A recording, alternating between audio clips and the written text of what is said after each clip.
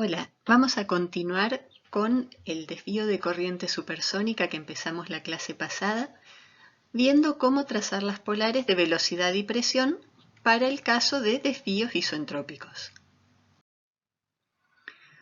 Recordemos que hacíamos una distinción del tipo de ondas en ondas izquierdas u ondas derechas, dependiendo de si el flujo se comprimía o se expandía, desviándose hacia arriba o hacia abajo. Entonces teníamos que las ondas izquierdas, siempre considerando que el flujo va de izquierda a derecha, son aquellas que aceleran el flujo cuando lo desvían hacia abajo y lo comprimen cuando lo desvían hacia arriba. ¿Sí? Y las ondas derechas al revés. Aceleran el flujo que se desvía hacia arriba y comprimen el flujo que se desvía hacia abajo. ¿Sí? Recordemos también que vinculábamos el desvío de un flujo supersónico de forma isentrópica a través de la función omega, el ángulo o función de Brandmeier, que a su vez es función del número de Mach. Entonces, cuando teníamos ondas izquierdas, la relación entre la dirección del flujo y el ángulo de Brandmeier, omega, era que θ, dirección del flujo, igual a menos omega más una constante, mientras que si tenemos ondas derechas, el flujo que las atraviesa guarda esta relación θ igual a más omega más una constante, ¿sí?, entre la dirección del flujo y este ángulo. Conviene recordar que esta función omega o ángulo de Brandmeier no es un ángulo que nosotros visualicemos en el flujo, ¿sí? No lo vamos a encontrar ni medir con transportador en ninguno de los gráficos de vectores velocidad en el flujo, sino que es simplemente la función que me relaciona al número de Mach con el ángulo de desvío de una onda. Esta función omega de Mach tenía esta expresión, ¿sí? Depende de la constante gamma adiabática del exponente adiabático del gas y del número de Mach, como vemos acá. Vamos a seguir en este desarrollo la nomenclatura de Shapiro, ¿sí?, que a esta constante que surgía de integrar el diferencial de θ en función de omega, la llama 2,1 romano menos 1000 cuando el flujo atraviesa ondas izquierdas y 2 veces 2 romano menos 1000 cuando el flujo atraviesa ondas derechas. ¿Sí? 1 romano y 2 romano son valores constantes que deben determinarse para cada flujo. ¿Sí? Esto va a quedar más claro en el ejemplo que vamos a ver más adelante. Planteándolo así, estas relaciones de ondas izquierdas y ondas derechas nos van a quedar que para ondas izquierdas θ es menos omega más 2 veces 1 romano menos 1000 y para ondas derechas θ es más omega más 2 romano menos 1000. ¿Sí? Donde la constante 1 se va a conservar al atravesar ondas izquierdas y la constante 2 se va a conservar al atravesar ondas derechas. Otra forma de escribir esta relación es despejando el valor de las constantes 1 y 2 en función de θ y omega, así que nos queda que la constante 1 es un medio de θ más omega más 1000 y la constante 2 es un medio de θ menos omega más 1000. Θ y omega en estas expresiones vamos a tomarlas siempre con su valor en grados. Bueno, lo que recién decíamos. Si atravieso una onda izquierda, conservo la 1 romano. Si atravieso una onda derecha, conservaré la 2 romano.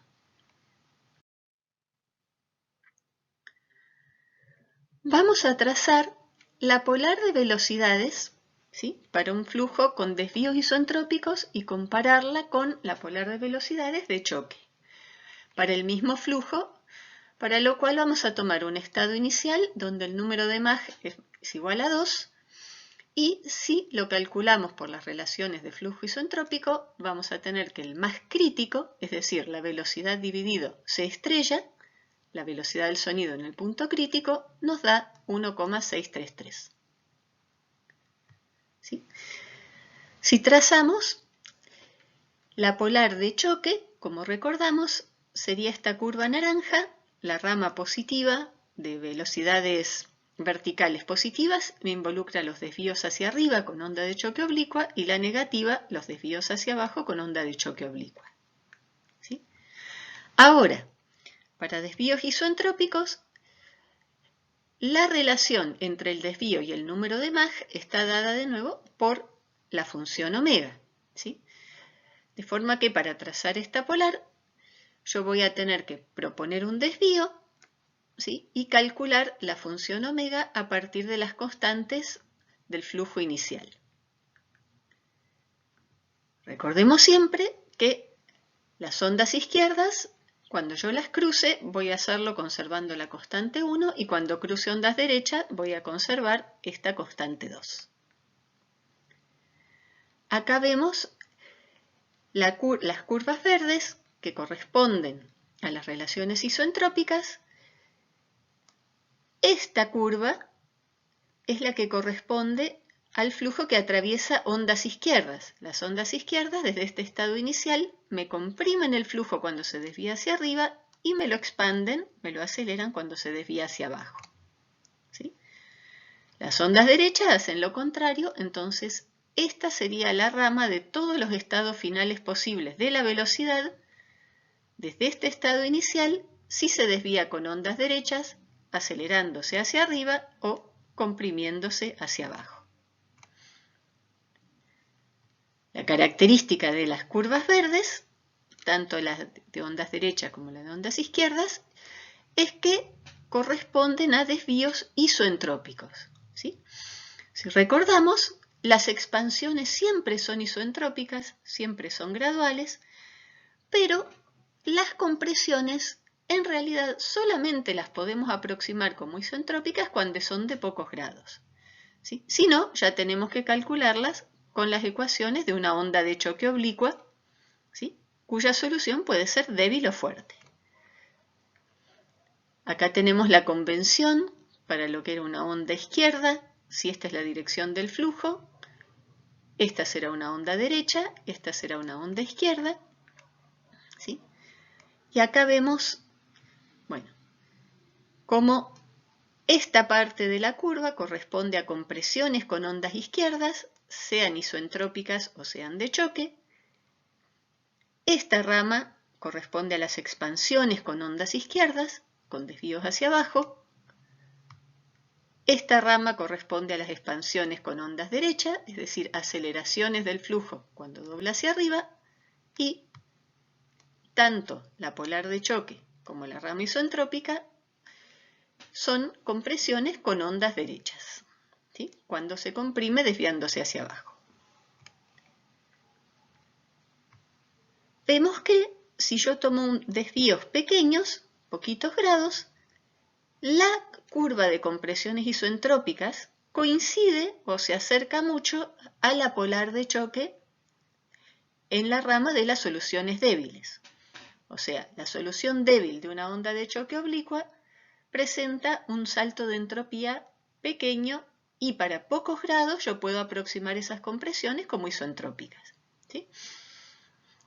¿Cuántos pocos grados? Bueno, depende del error que yo esté dispuesta a tolerar. Acá se ve cómo para ángulos grandes ya empiezo a tener diferencias importantes. ¿Sí? Y por supuesto, la solución fuerte no puede ni cerca de aproximarse con una evolución isoentrópica.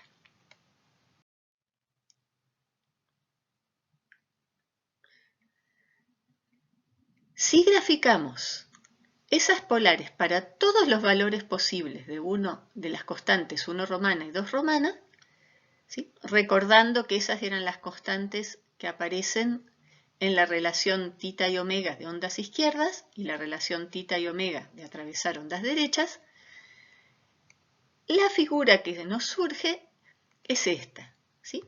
Esta sería el gráfico correspondiente a las polares de velocidad, es decir, yo a partir de este punto dibujo los vectores velocidad normalizados con la velocidad crítica del sonido, ¿sí? Y vamos a ver cómo en esas polares se van a mantener constantes la 1 o la 2 romana con estos valores que tenemos acá.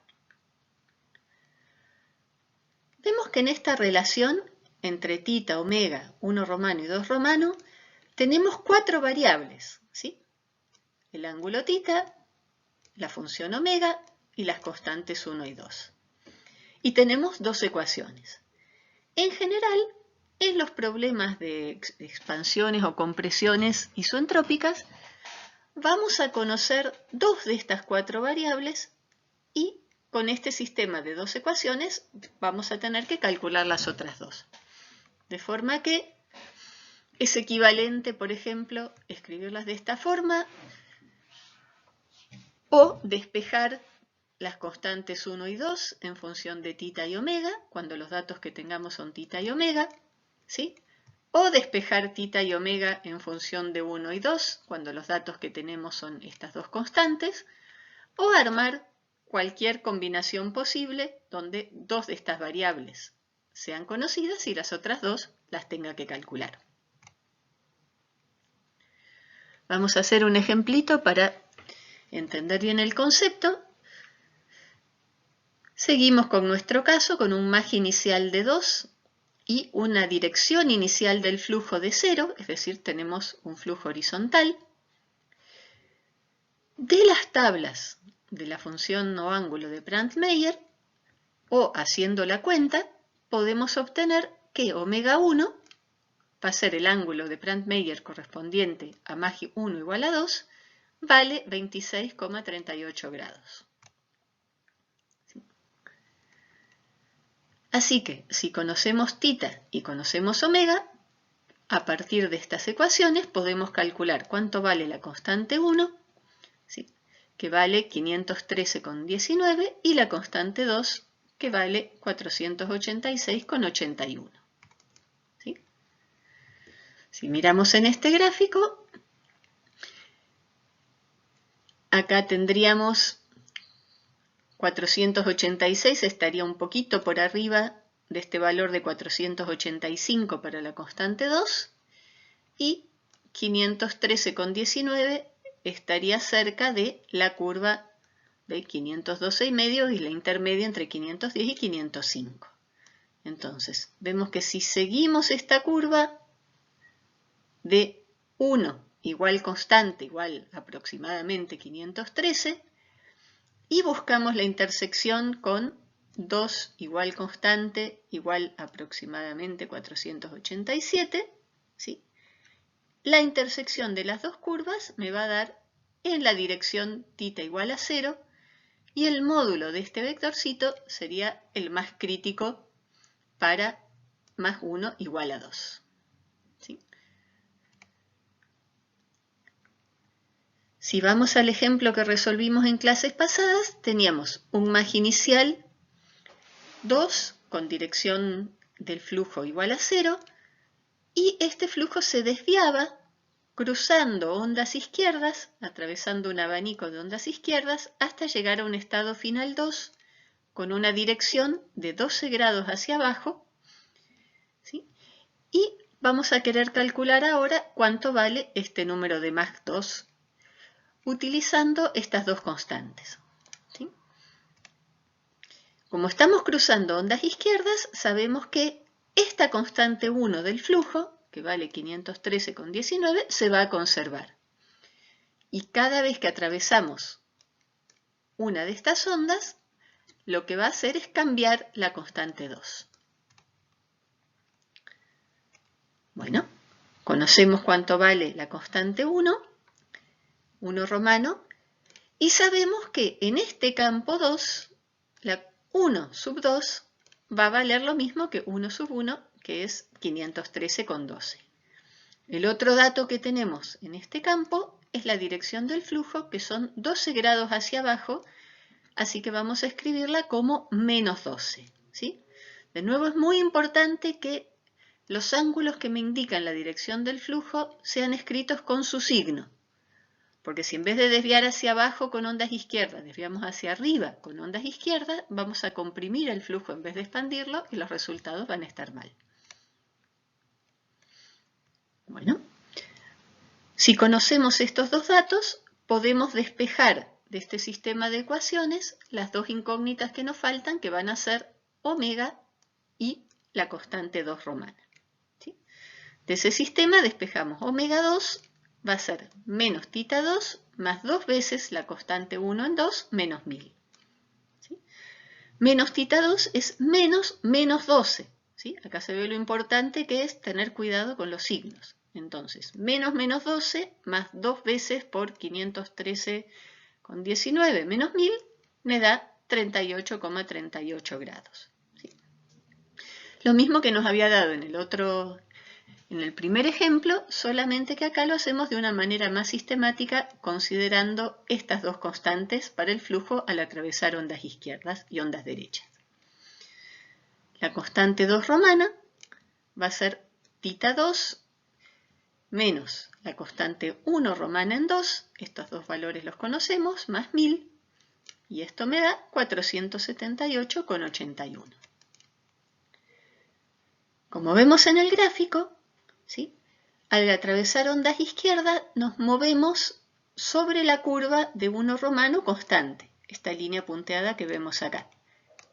Y moviéndonos por esa línea, llegamos al ángulo de desvío de 12 grados hacia abajo, y si buscamos acá cuánto vale la constante 2, vemos que llegamos por esta curva a un valor que está cerca de los 475 grados, 475 que nos marca el gráfico acá.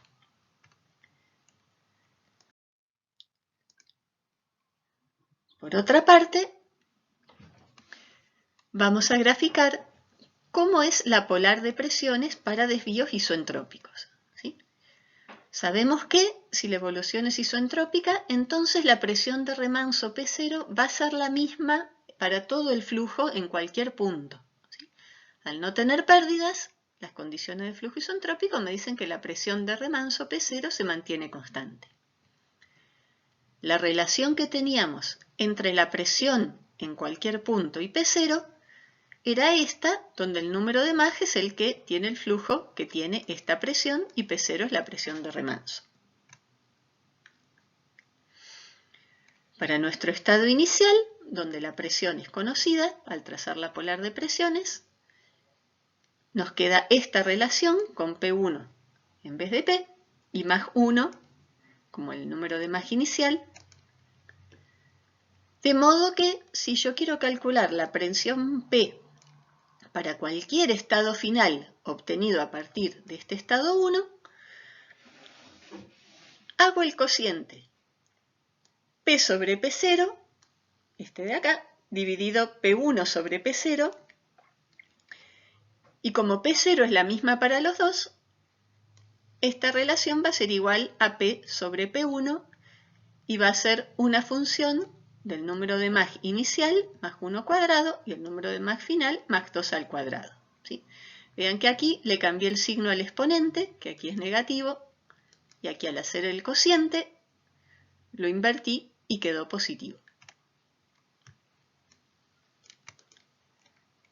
De modo que, si yo quiero calcular la presión P para cualquier desvío, ¿sí? Si conozco el número de Mach con el que alcanzo en ese desvío y conozco el estado inicial con P1 y Mach igual a 1, puedo obtener este valor de P para cualquier punto. ¿Sí? La secuencia de cálculos que tengo que hacer para el trazado va a ser conocidas la dirección, la presión y el número de Mach en el estado 1, en el estado inicial. Con el Mach calculo la función omega de la tabla. A partir de un desvío delta tita que yo le dé para la izquierda o para la derecha, voy a calcular el delta omega, que va a ser igual a más o menos delta tita, según si la onda que yo cruzo es onda izquierda, entonces va a tener signo menos, y si es onda derecha va a tener signo más. Con esto calcularé el omega 2, el Mach 2 y la presión P2 a partir de esta relación. Así que, si yo sigo esos pasos, puedo graficar en el eje horizontal el ángulo tita, ¿sí? A partir de una dirección inicial igual a 0, en el eje vertical las presiones en kilopascales a partir de una presión inicial, en este caso, por ejemplo, de 100 kilopascales, ¿sí? Y acá vemos de nuevo la polar de choque, en rojo marcada la solución a onda fuerte, en negro la polar de choque con la solución de ondas débiles, ¿sí? Para ondas oblicuas tanto débiles como fuertes, y las curvas verdes que corresponden a la solución de desvíos isoentrópicos, ¿sí? Acá tenemos las ondas izquierdas, recordemos, comprimen hacia arriba, es decir, hacia los titas positivos, expanden hacia abajo, así que a los titas negativos con ondas izquierdas, al atravesar ondas izquierdas, la presión me va a bajar. Y lo contrario con ondas derechas. La presión va a bajar cuando el flujo se desvía hacia arriba con una onda derecha y sube cuando se desvía hacia abajo con una onda derecha. Acá vemos de nuevo que para pequeños desvíos, ¿sí?, la compresión isoentrópica y la solución débil de onda de choque oblicua prácticamente coinciden, ¿sí? Así que yo puedo aproximar la onda de choque oblicua, la solución débil, con la solución isoentrópica siempre y cuando esté trabajando con pequeños desvíos. ¿Sí? Bueno, de nuevo esta convención para recordar cuáles son las ondas izquierdas y cuáles son las ondas derechas, ¿sí? Un recordatorio por ahí es pensar en un muñequito, una personita de espaldas al flujo, ¿sí? Si yo me paro de espaldas al flujo y lo veo desde arriba, su brazo izquierdo me va a dibujar una onda izquierda y su brazo derecho una onda derecha. Vamos a ver como un ejemplo para fijar los conceptos el flujo que se produce alrededor de una placa plana con un pequeño ángulo de ataque de 3 grados hacia abajo, ¿sí?, que ya me produce tanto ondas de expansión como de compresión. Si nos fijamos, por más que el desvío es hacia abajo, tanto en la cara superior como en la inferior, para el flujo que viene por arriba, ¿sí?, este desvío implica una expansión, implica que el área que ve este flujo se agranda. Y como es un flujo supersónico, si yo le agrando el área, lo estoy acelerando, ¿sí? Por lo tanto, se me producen un abanico de expansión de ondas izquierdas. El mismo desvío, pero del lado de abajo, me está achicando el área que ve este flujo. Por lo tanto, se me produce aquí una compresión de ondas derechas. Así que vemos que para un flujo supersónico, el mismo desvío, si es con ondas izquierdas, me produce una expansión que acelera el flujo, y si es con ondas derechas, una compresión que me lo frena, ¿sí? Al final de la placa, en el borde de fuga, yo encuentro que tengo dos campos de flujo que van con la misma dirección pero distinta presión. La condición que se tiene que cumplir cuando se acaba la placa es que ambos campos de flujo tengan la misma presión y la misma dirección. Para lograr eso, el flujo de abajo se va a tener que expandir con un abanico de ondas de expansión derechas y el de arriba se va a tener que comprimir con una onda de compresión izquierda. Como estamos suponiendo que todo el flujo es isoentrópico, ¿sí?, en esta estela no se van a producir diferencias de velocidad entre el flujo que viene por arriba y el flujo que viene por abajo, ¿sí? No se va a producir una capa de corte, porque las capas de corte se producen cuando en los distintos caminos que recorre el flujo que se encuentra, tengo diferentes saltos de entropía, ¿sí? Acá donde el flujo es todo isoentrópico, cuando llega a la misma presión, llega con la misma velocidad y no se me produce una capa de corte. Vamos a calcular para el flujo en el campo 1, ¿sí?, las variables que necesito para calcular el resto. Conocemos el número de Mach, que vale 2, de modo que de las tablas o de la ecuación podemos obtener omega 1, que como vimos valía 26,38. La relación P1 sobre P01 para un flujo isoentrópico, que con más igual a 2 me da 0,1278. Y con esto puedo calcular la presión de remanso P0. Si bien calculo para este flujo, esta P0 va a ser la misma, va a ser constante para los campos 2, 3 y 4, porque al ser el flujo isoentrópico no voy a tener variaciones de P0. Así que a partir de este cociente calculo la presión de remanso y me da 782,47 kilopascales. Bueno, como los datos que tengo son omega y tita 1 que vale 0, ¿sí? Puedo calcular cuánto vale la constante 1 romana, que va a ser 513,19, y la constante 2 romana, un medio de tita 1 menos omega 1 más 1000, que va a dar 486,81.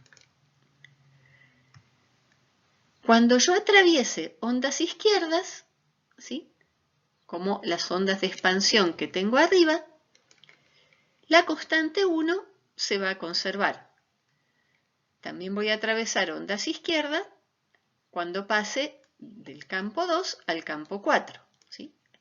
Aquí tengo una expansión de ondas izquierdas y aquí tengo una compresión de ondas izquierdas. De manera que mi constante 1 va a ser igual a mi constante en 2 y va a ser igual a mi constante 1 en 4 y va a valer siempre 513,19. Por otra parte, el flujo de abajo va a atravesar ondas derechas. Así que cuando pase de 1 a 3, la constante 2 romana en 1 va a ser igual a la constante 2 romana en 3, y cuando pase de 3 a 4, la constante 2 romana en el estado 4 va a ser igual a la constante 2 romana en el estado 3. ¿Sí? Así que el hecho de conocer estas constantes para el estado 1, bueno, y saber cuáles se conservan al atravesar uno u otro tipo de ondas, me permite ya tenerlas calculadas, algunas por lo menos, para los restantes campos donde quiero conocer el flujo. Bueno, los primeros datos y cálculos que hacemos nos dicen que teníamos más 2, omega 1 26,38, P0 782 kilopascales, y el más crítico en 1, ¿sí? A partir de que el más 1 vale 2, el más crítico en 1 vale 1,633. La dirección en el campo 1 para el flujo incidente es 0. En el campo 2 y en el campo 3, la dirección del flujo es menos 3 grados. Y teníamos que las constantes 1, de 2 y 4 eran iguales a la 1 romano en 1, y la constante 2 romano en 3 y 4 son iguales a la constante 2 romano en 1 también. Entonces vamos a empezar calculando el campo 2. Conocemos la dirección en 2, que son menos 3 grados, la constante 1 romana en 2, que vale 513,19, y P0, que es constante para todo el proceso. Entonces, si conocemos tita y conocemos la constante 1, podemos obtener omega, despejándola del sistemita de dos ecuaciones, como menos tita más 2, 1 romano menos 1000. Tita siempre con su signo, así que acá tenemos menos 3 grados, más 2 por 513,19 menos 1000. Omega 2 me da 29,38. Y la constante 2 romana, también despejada de mi sistemita, me queda tita 2 menos la 1 romano en 2 más 1000. Esto es menos 3 con su signo, menos la constante 1 romana, 513,19, más 1000 me da 483,81. De este valor de omega 2, voy a la tabla del ángulo de Planck-Meyer y obtengo que el número de Mach que corresponde a este valor de omega es 2,11. ¿Sí? Y el Mach crítico correspondiente a un Mach de 2,11 y gamma 1,4 es 1,681. También encuentro que para el Mach 2 igual a 2,11, la relación de presiones de flujo isentrópico es 0,1076. Y como P0 es la misma que para el estado 1, con esto puedo obtener cuánto vale P2 y P2 vale 84,19 kilopascales. ¿Sí? Es decir, al pasar del estado 1 al estado 2, yo verifico que el número de Mach aumentó, pasó de 2 a 2,11 y la presión disminuyó. Pasó de 100 kilopascales a 84,19. En el campo 3, los datos que tengo son la constante 2 romana, que va a ser igual a la constante 1, la dirección del flujo, menos 3 grados, y P0, que siempre es la misma. Así que ahora las variables que despejo, en vez de omega y la constante 2, van a ser omega y la constante 1. ¿Sí? Constante 1 en 3 me da 510,19 y el ángulo omega 3 me da 23,38. Con este valor de omega 3 voy a la tabla, encuentro que el Mach 3 vale 1,89, el Mach crítico 3 vale 1,581, la relación de presiones P a P0 es 0,1509 y como P0 es la misma que la del estado 1, calculo P3 que me da 118,07 kilopascales. ¿Sí?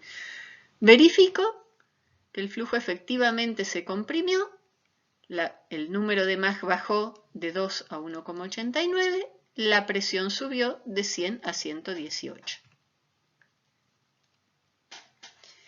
Y para el cálculo del campo 4, los datos que yo conozco son que la constante 1 del campo 4, como llego desde 2 atravesando una onda izquierda, va a ser igual a la constante 1 en el campo 2, que es de 513. La constante 2 en el campo 4 va a ser la misma constante 2 que tiene el campo 3, porque paso de 3 a 4 atravesando ondas derechas. ¿Sí?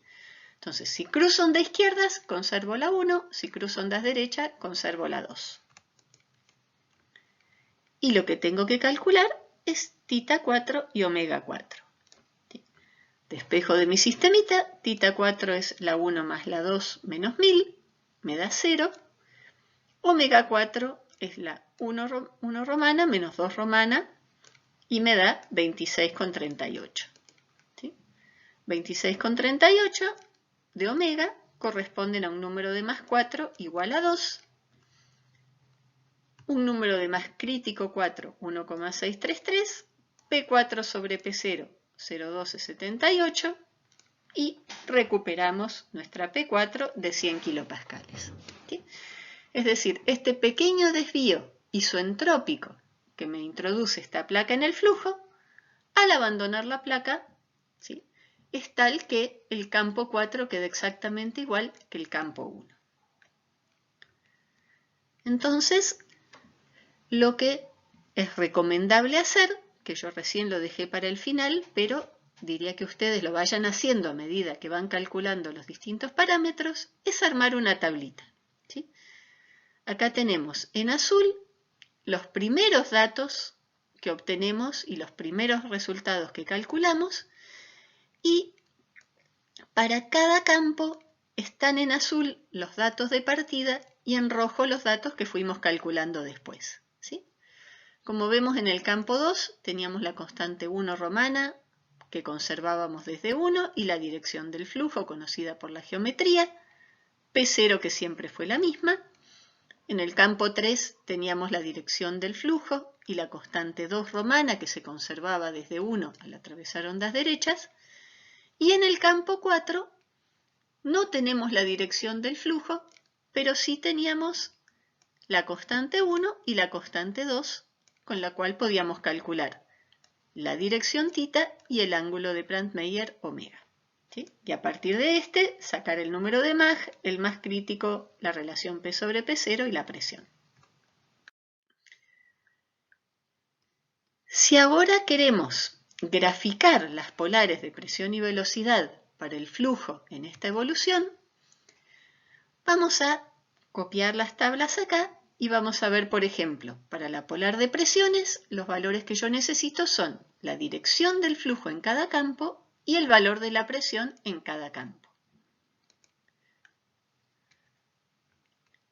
Si yo hago un gráfico donde acá pongo los ángulos θ, fíjense que solamente tomé los ángulos negativos desde 0 hacia la izquierda, ¿sí? En particular, yo tengo que llegar desde 0 hasta menos 3. Así que acá me enfoco solamente en este rango de valores de θ.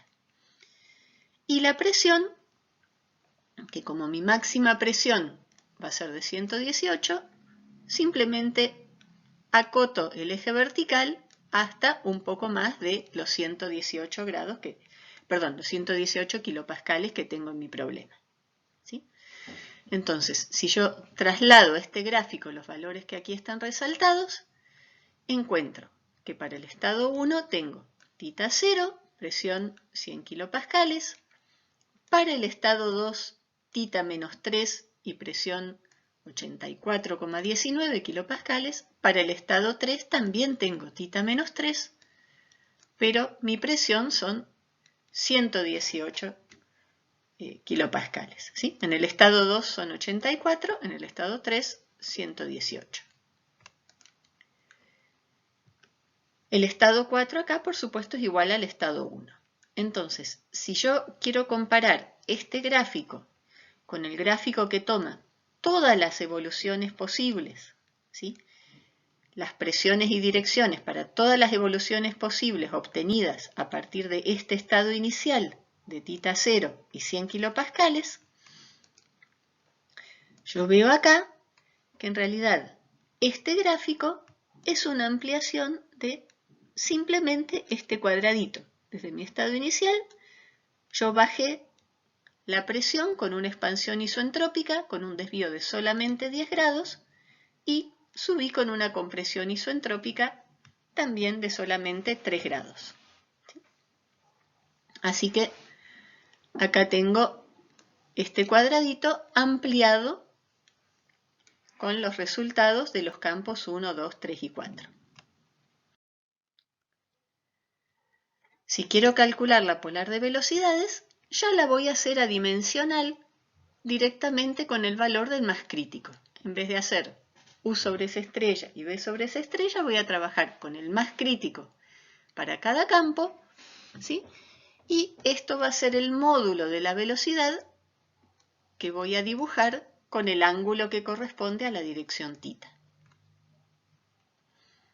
Entonces, acá de nuevo, mi número de más críticos solamente varía entre 1,58 y 1,68.